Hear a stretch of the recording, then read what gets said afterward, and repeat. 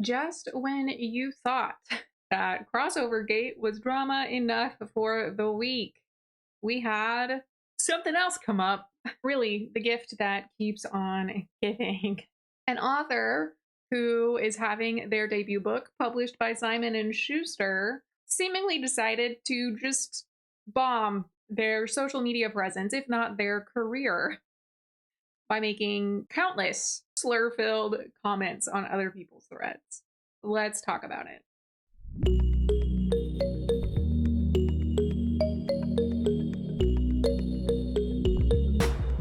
My name is Taylor Rose, and welcome back to my channel, where we talk about everything reading and writing. So, here we have Emily Weinstein. Her account is no longer active, but this is what it looked like before she deactivated.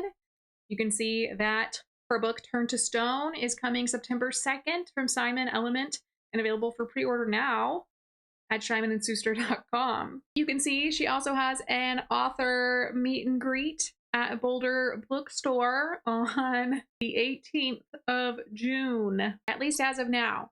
Actually, let me go double check their website. Okay, she's still on there now, but who knows what will happen. If you've seen any strange comments about romantasy and unicorns, this is who they originated from.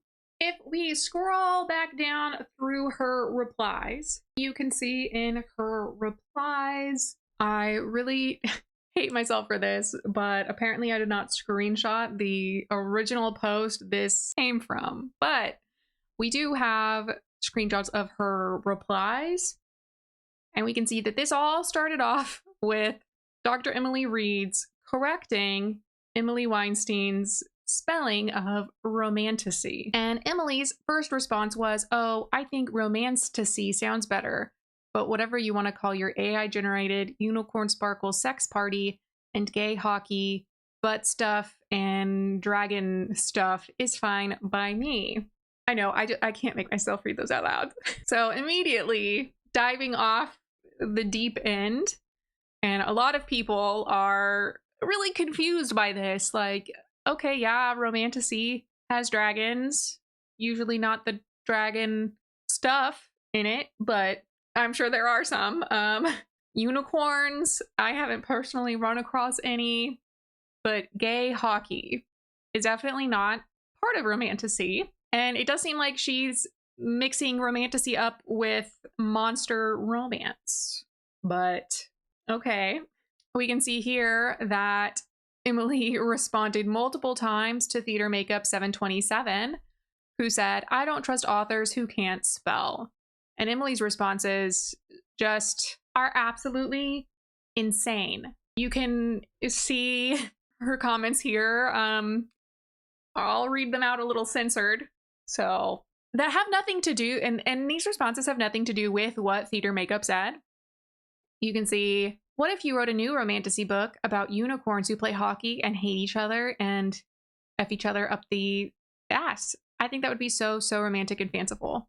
When unicorns come in romantasy, is it sparkly?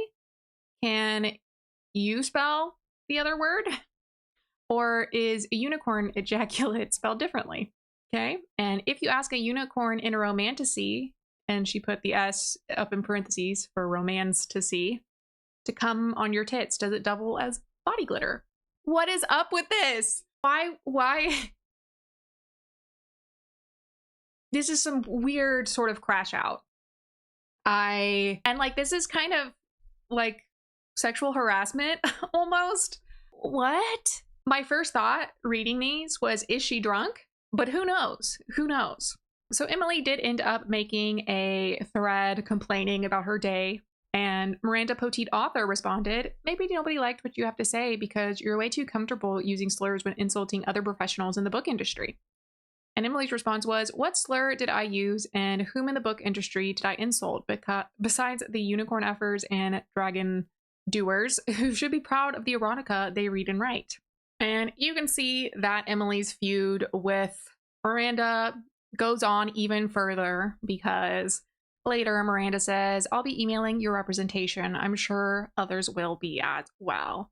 And she has a screenshot from Emily Weinstein responding to Dr. Emily Reeds, who had corrected her spelling, saying, I don't care how you spell it. The entire genre sounds absolutely effing R word here and should be called unicorn effing for dragon doers, if you can spell that. Absolutely wild. And Dr. Emily responded, you can hate a genre all you want, but what we won't be doing is using a slur. WTF is wrong with you? And of course, Emily is taking this as a threat. Are you publicly threatening me, Miranda? Which, I mean, it's kind of a threat in any case. After Dr. Emily asked, WTF is wrong with you? Emily responded, I'm not using the R word, as a slur. I truly believe that Romantasy as a genre is less advanced in development than as usual for one's age, as the Oxford Dictionary on my MacBook defines it. Okay. I think writing or reading about sexualized unicorns or dragons or fairies or other fantasy creatures is something that an intellectually, sexually, and or emotionally stunted and infantilized person would do. Okay. Oh no, people want to have fun sometimes. How weird. I don't know. This hate against genre fiction is ridiculous. Dr. Emily also responded, well, so many things to unpack there, but if you think a gay hockey romance is categorized under romantasy, I fear you can't be helped. And Emily Weinstein's response was, Shane and Ilya and all their hot gay butt sex are also not romantasy? Then what is it? Was it too real because there was no unicorn? Interesting that she seems to also be hating on heated rivalry, but she knows their names. Like, okay, I don't know. Emily Weinstein then goes on to accuse more people of threatening her. We have Amelie John Official, who says, your posts are disgusting and hateful. You deserve to be called out. And you can keep deleting, but the internet lasts forever. And Emily Weinstein responded, yeah, duh. I myself have reshared the screenshots. Are you threatening me? That's pretty disgusting and hateful. Okay, totally the same thing. Tilly Bramley says, you say you're reposting the screenshots yourself. Are you just going to repost your casual homophobic comment? Just in case you're not, here you go. And this is a comment we saw earlier. Weird. We have Kieran M13 asking, are you under the impression that emailing your representation to make sure they know you're a vile person is somehow illegal? Because it's not. No, it isn't. That's true. So after all of this started happening, Emily Weinstein made this post. I had the weirdest and worst day on Threads. The algorithm fed me publishing and author threads filled with romantasy chatbots. My favorite threads, Robin and Pamela, were nowhere to be found. Nobody liked what I had to say at all, and the discourse crumbled into willfully misunderstanding from the romantasy bots, which I admittedly rage baited, when all I wanted to have a conversation about the political economy of publishing. But then the algo copped this up. This is what I wanted to talk about. So she's talking about like the origin of everything that was going on, where she misspelled romantasy, and then people jumped on it. Winter Hermit's Bookshelf responded, not bots, real people and potential readers who don't appreciate slurs or bullying author peers. That wasn't a conversation. That was you trashing your reputation before you even took off. You don't get to use slurs and be homophobic and then cry victim. Yep. EJ Durand writes, said, no one has an issue with you not liking romantasy. Everyone has an issue with the ableist slur you used. Hope this helps. And you can see this is where Theater Makeup 727's comment about not trusting authors who can't spell was first posted, right? Space on the Bookcase made a thread talking about the situation where they said, I come back from friends to find out author Emily Weinstein isn't just dissing an entire genre, romantasy, but using a hard R as justification. She may have deleted her threads, but her IG is still up. Way to blow up your own career before it starts. Also, romantasy doesn't necessarily include animals. I really think she's confusing romantasy with omniverse. I think she means omegaverse, but she can't see this, so I can't exactly tell her that. But also, omegaverse doesn't involve animals either, usually. Sometimes it overlaps with like wolf shifters, werewolves, but it is a completely separate genre that originally just was people.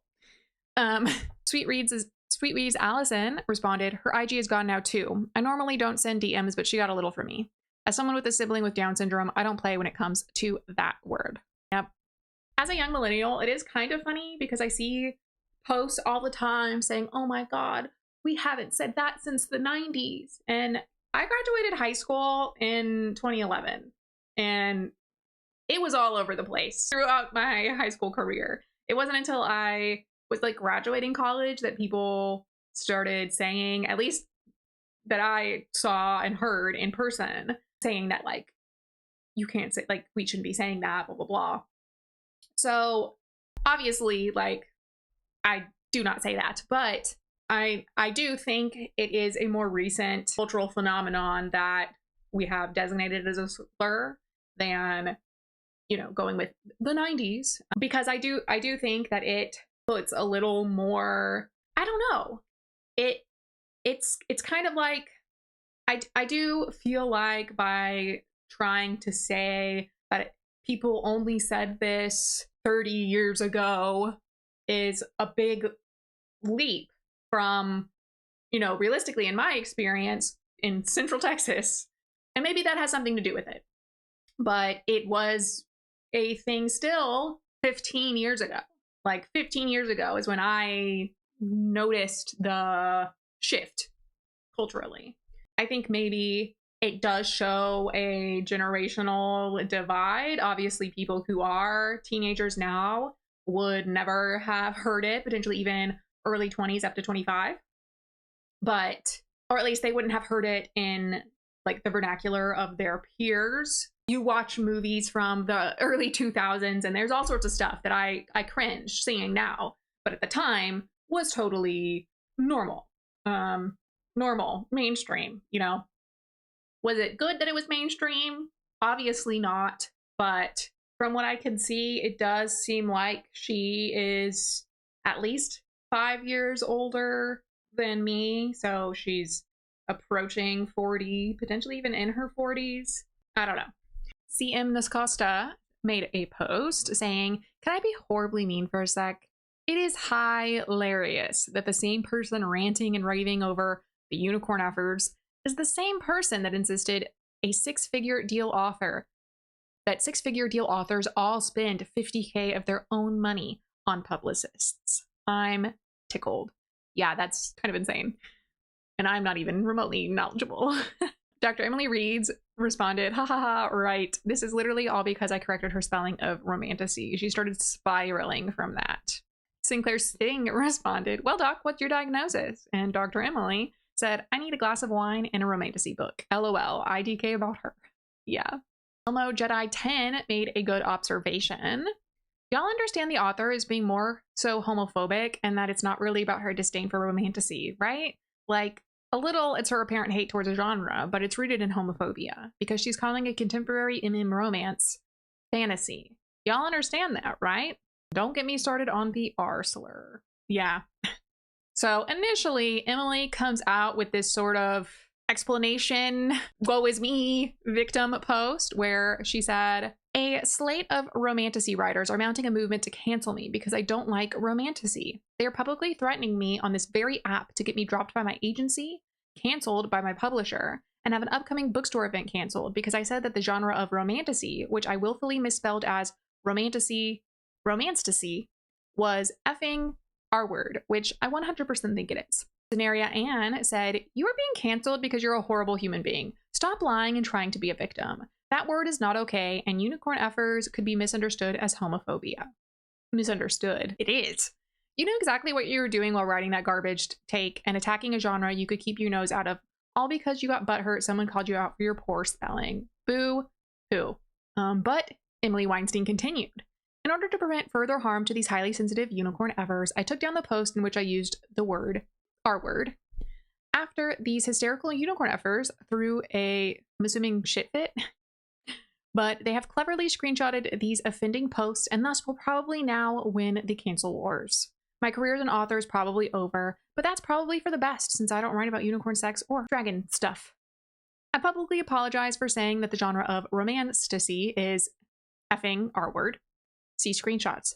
I should have said that the genre of romantasy is effing demented. 1,000 pardons. I understand that using the R-word causes tremendous pain and suffering, especially to neurotypical and maybe vaguely neurodivergent, but definitely not R-word or demented white women who read and write about unicorn sex. Okay? But you're also a white woman. Whatever. I deeply regret using this word, which these very angry white women are informing me is a slur, and I deeply regret and apologize for any and all harm I caused to anyone in the unicorn sex / dragon stuff community." Okay. "I am spending the night at an off-grid hot springs. Hopefully I will get effed by a unicorn there, sent to a parallel romantasy universe, and simply never return.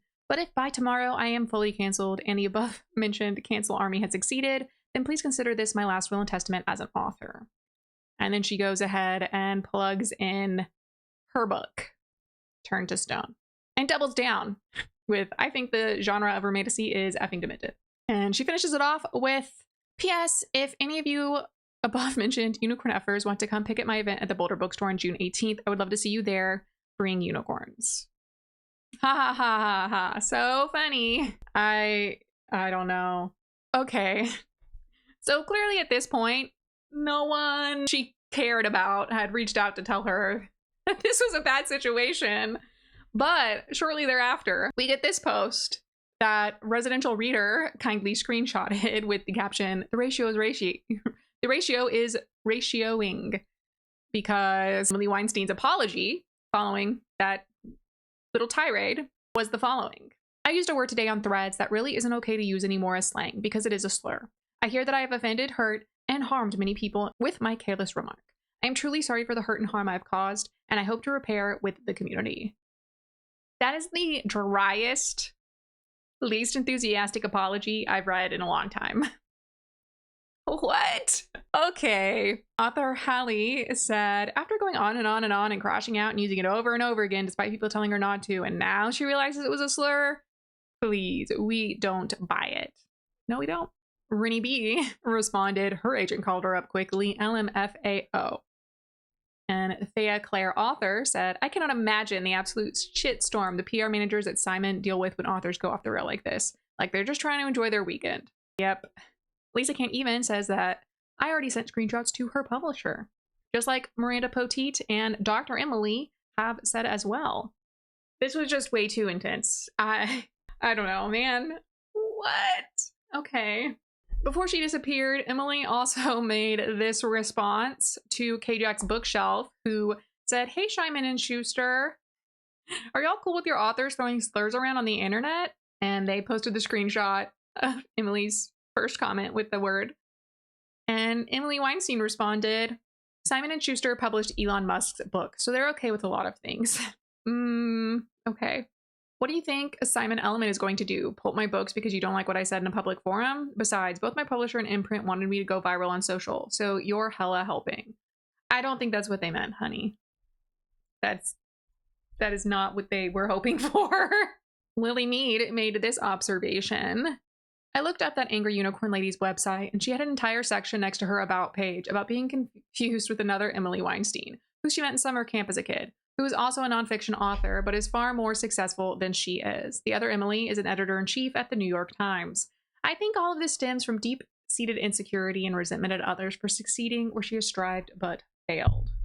And when you look at these screenshots from her website, you can see Emily Weinstein is a nonfiction writer living in Brooklyn. There are two Emily Weinsteins who are, or once were, described by the words, a nonfiction writer living in Brooklyn. You might be surprised or amused by this information, but the Emily Weinsteins have known about it ever since they went to art camp together in Connecticut in the 1990s. When it was discovered by Emily Meg Weinstein that the summer camp already had an Emily Weinstein, the camp directors assured her it wouldn't be a problem. They said, we'll just do what we did with the Lisa Rabinowitzes and have one of you use your middle name.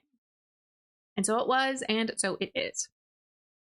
So that is why our Emily Weinstein, Emily M, it goes by Meg. And it does end up specifying that the other one went by Emily Not Meg, aka Emily Nutmeg. Haha, very punny. Neither of these Emily Weinsteins is the one who paints cats in North Carolina.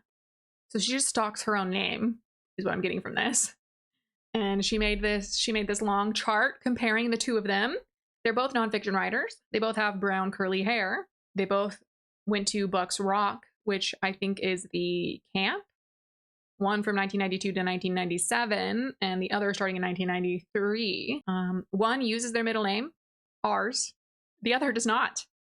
One is from New Jersey, and the other Long Island. And then this is what people are kind of cracking up by. We can see that Nutmeg has an MFA from Columbia in 2010. And Meg, her education was School of Emulating Dead Heroes. Interesting. Yeah, so people think that that's pretty funny and probably has a lot to do with what's going on. Academia and Dragons also makes another interesting observation My absolute favorite part of this Emily Weinstein breakdown is that she has essays on her website, multiple, this is just the most explicit, about how sex positive she is. Sex is good. She says she rants nonsensically about how, insert slur here, all authors of Romantasy are for writing about sex. Girlie can't even keep her faux feminist talking points straight. And so this one is like, this is from like a list of things that you should do with your children. Number 4, do not valorize or worship the wealthy or powerful in your family. And then number 5, model healthy sexuality and gender equality for your children. My dad did laundry, wiped counters, wiped bottoms. My mom worked outside of our home. My father told me constantly that my mother was very, very smart. He did not ever denigrate my mother in front of us. Oh, my father, like our namesake Harvey Weinstein, what? Came of age in the 60s and 70s. He knew women and men were equal. No one told him, he just knew. So I did too. My parents hugged and kissed. I never saw or knew more than that, but I knew what sex was, and I knew it was a good and healthy and happy thing. I did not know until later that it could be a form of violence or power. I now know that I was very, very lucky in this way. Okay. So, I mean, that's a good message, being anti-rape, but like, weird. I really liked Mango Illustrated's comment here. That was the Titan submersible of career-ending rants. I've never heard of her before, and now that I have, I'm glad this is how, so I never waste time or money on her books. Yeah. And then Rachel Writes Books said, I could be wrong, but I legitimately think her debut book hasn't even come out, and it's a memoir about rock climbing, I want to say. That seems to be what it is about. Yes. I don't know. Absolutely wild. We can see that her book has a 3.16 and 230 ratings currently on Goodreads, and it is described as a memoir of sex, angst, and rocks. Turned to Stone chronicles one woman's ascent on walls of stone and within herself as she faces her demons and finds freedom and power in the raw and wild adventure of rock climbing. Interesting. And I am kind of laughing. This one review by Elisa says, I would have liked this book a lot more if I hadn't found its author so irritating. Emily Weinstein is a talented writer and competent climber, but she lacks self-reflection and overflows with haughtiness. She constantly bemoans her romantic problems, but never changes her behavior or learns any lessons.